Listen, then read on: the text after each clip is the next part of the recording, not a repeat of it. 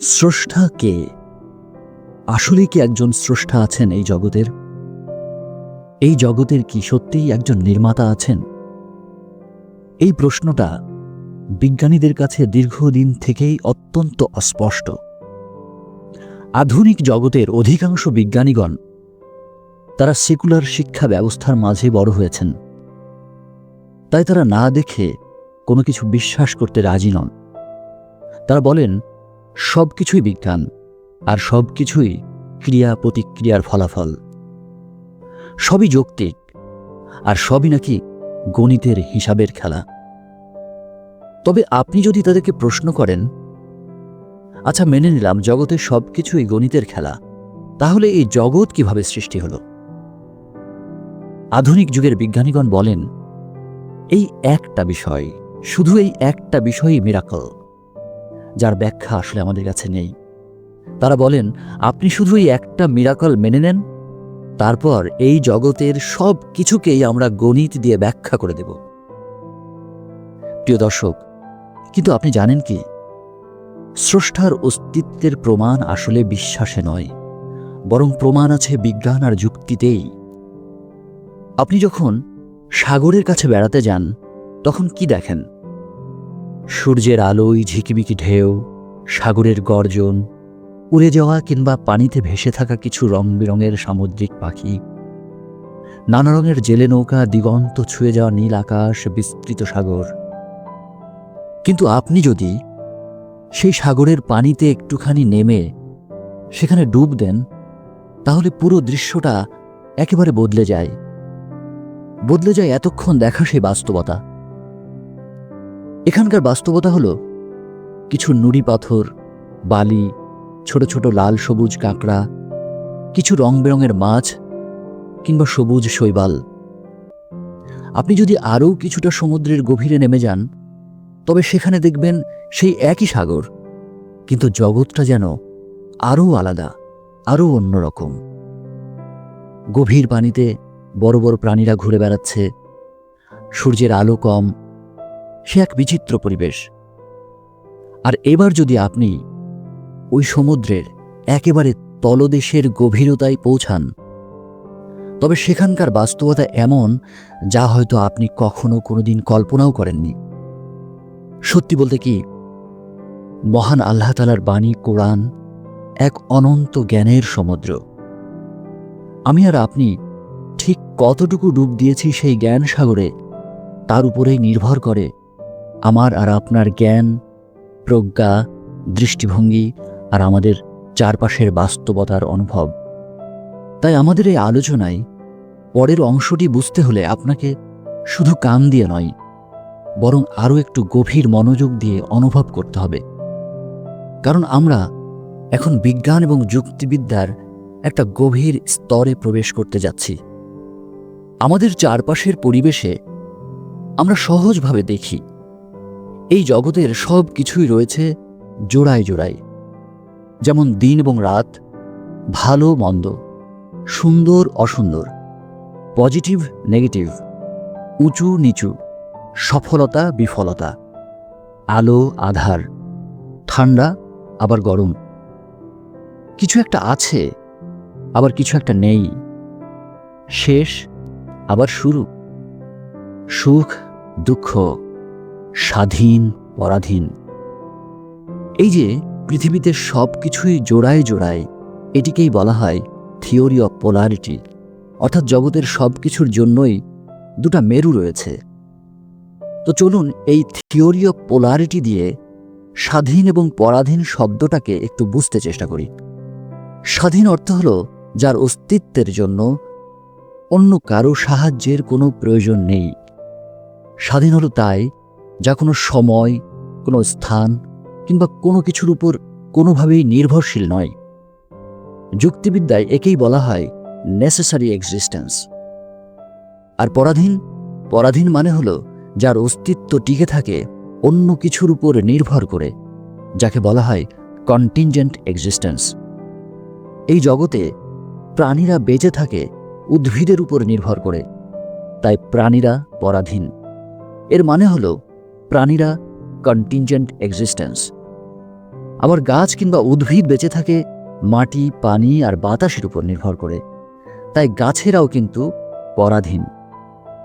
এর মানে হলো গাছেরাও কন্টিনজেন্ট এক্সিস্টেন্স। তো সেই গাছ যে পানির উপর নির্ভর করে বেঁচে থাকে, সেই পানির অণু তার নিজের অস্তিত্বের জন্য আবার নির্ভর করে হাইড্রোজেন এবং অক্সিজেনের পরমাণুর উপর। তাই পানিও কিন্তু কন্টিনজেন্ট এক্সিস্টেন্স। আবার পরমাণুগুলো নির্ভর করে ইলেকট্রন এবং প্রোটনের উপর, যার অর্থ হল পরমাণু নিজেও পরনির্ভরশীল কন্টিনজেন্ট এক্সিস্টেন্স। এবার ধরুন ইলেকট্রন এবং প্রোটনের কথা। তারা কি স্বাধীন? না। ইলেকট্রন এবং প্রোটন অস্তিত্ব পেয়েছে তাদের নিজেদের পারস্পরিক শক্তির আকর্ষণের নির্ভরতার মধ্যে। এর অর্থ হল ইলেকট্রন, প্রোটন তারাও কন্টিনজেন্ট এক্সিস্টেন্স। সত্যিই এই বিশ্বজগতে আপনি চারিদিকে যা কিছু দেখেন, তার সবই একটার পর একটা অসীম নির্ভরশীলতার এক বিশাল শৃঙ্খল। চারিদিকে আপনি যা কিছু দেখেন, সত্যি বলতে কি তার সবই কন্টিনজেন্ট এক্সিস্টেন্স। আচ্ছা বলুন তো, আপনার দৃষ্টিতে জগতে এমন কিছু কি পেয়েছেন যা সত্যি কারোর উপর নির্ভর করে না? খুঁজে দেখুন তো, একটু গভীরভাবে খুঁজে দেখুন। আমি আপনাকে নিশ্চিত করে বলছি, আপনি জগতে তেমন কিছুই খুঁজে পাবেন না যাকে পুরোপুরি স্বনির্ভর বলা যায়। আপনার চোখে তেমন কিছুই ধরা পড়বে না যাকে পরিপূর্ণভাবে স্বাধীন বলা যায়। একসময় বিজ্ঞানীরা বলতেন, প্রকৃতি সব।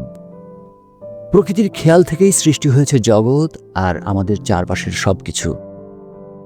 সেই বিজ্ঞানীরা বলতেন প্রকৃতিই স্রষ্টা। কিন্তু আজ সেই বিজ্ঞান আমাদেরকে বলছে এই মহাবিশ্বের বয়স প্রায় 13.8 বিলিয়ন বছর। আবার বিগ ব্যাং থিওরি থেকে আমরা এটাও জানি যে আমাদের এই মহাবিশ্ব একসময় অসীম ঘন এবং উত্তপ্ত অবস্থায় শুরু হয়েছিল এবং তা ক্রমাগত সম্প্রসারিত হচ্ছে। যুক্তিবিদ্যা থেকে আবার আমরা এটাও জানি যে যার শুরু আছে তার শেষও আছে। এর অর্থ মহাবিশ্ব নিশ্চিতভাবেই অতীতের কোনো একটা সময় শুরু হয়েছিল, যার অপর অর্থ এই মহাবিশ্ব নিশ্চিতভাবেই একসময় তার সম্প্রসারণ শেষ করে ধ্বংস হয়ে যাবে। অর্থাৎ মহাবিশ্ব কিংবা প্রকৃতি কেউই স্বাধীন নয়। মহাবিশ্ব এবং প্রকৃতি নিজেও তাই কন্টিনজেন্ট এক্সিস্টেন্স। তো আমরা শুরু করেছিলাম থিওরি অফ পোলারিটি দিয়ে, রাইট?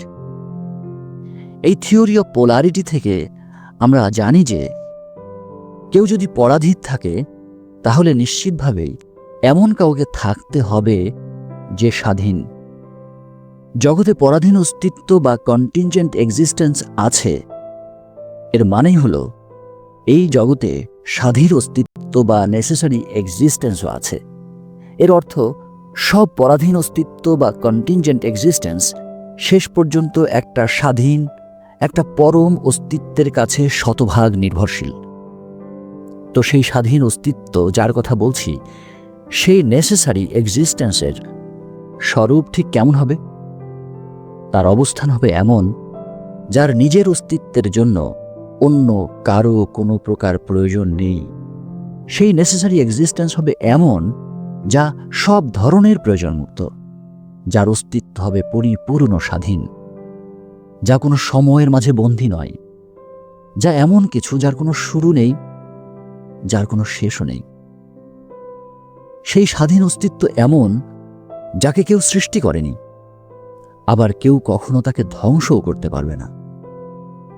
যে কোনো পরিপূর্ণ স্বাধীন অস্তিত্বের সংজ্ঞা বা ডেফিনেশন হবে এটাই। থিওরি অফ পোলারিটি থেকে আমরা তাই নিশ্চিত, এই বিশ্বজগতের ঊর্ধ্বে, আমাদের কল্পনার জগতের বাইরে কোথাও না কোথাও একটা পরিপূর্ণ স্বাধীন অস্তিত্ব থাকতেই হবে এবং অবশ্যই রয়েছে। স্বাধীন অস্তিত্ব ছাড়া কোনো পরাধীন বা নির্ভরশীল অস্তিত্ব সৃষ্টি হতেই পারে না। নেসেসারি এক্সিস্টেন্স ছাড়া কন্টিনজেন্ট এক্সিস্টেন্স থাকতে পারে না। এই যে নেসেসারি এক্সিস্টেন্স কারো প্রতি নির্ভরশীল নয়, স্বাধীন সেই অস্তিত্ব সব ধরনের প্রয়োজন থেকে মুক্ত। আর সেই স্বাধীন অস্তিত্ব কোনো সময়, কোনো স্থান বা কোনো আকৃতির মাঝে সীমাবদ্ধ হতে পারে না। কিন্তু তিনি আছেন, তিনি সর্বত্রই আছেন। তিনি নিশ্চিতভাবেই আছেন জগতের সর্বত্র ছড়িয়ে। ইসলাম ধর্ম এই নেসেসারি এক্সিস্টেন্সকেই উপলব্ধি করেছে। আল্লাহ, তিনিই আল্লাহ, যিনি সর্বশক্তিমান, যিনি পরিপূর্ণ স্বাধীন, যিনি কোনো প্রকার আকৃতি কিংবা সময়ের মধ্যে বন্দী নন, যিনি সব ধরনের প্রয়োজন থেকে মুক্ত এবং তিনি কারো মুখাপেক্ষী নন। তিনি কারো থেকে জন্ম নেননি, তিনি কাউকে জন্ম দেননি, আর তার সমকক্ষ আর কিছুই নেই। প্রিয় শ্রোতা, পবিত্র কোরআনের সূরা ইখলাস এবং আয়াত আল কুরসিতে মহান আল্লাহ তাআলা তার নিজের যে পরিচয় দিয়েছেন, তার সাথে আমাদের এই আলোচনায় উঠে আসা বৈজ্ঞানিক এবং দার্শনিক ব্যাখ্যার বিষয়ে আপনার সুচিন্তিত মতামত জানাবেন। অপেক্ষায় রইলাম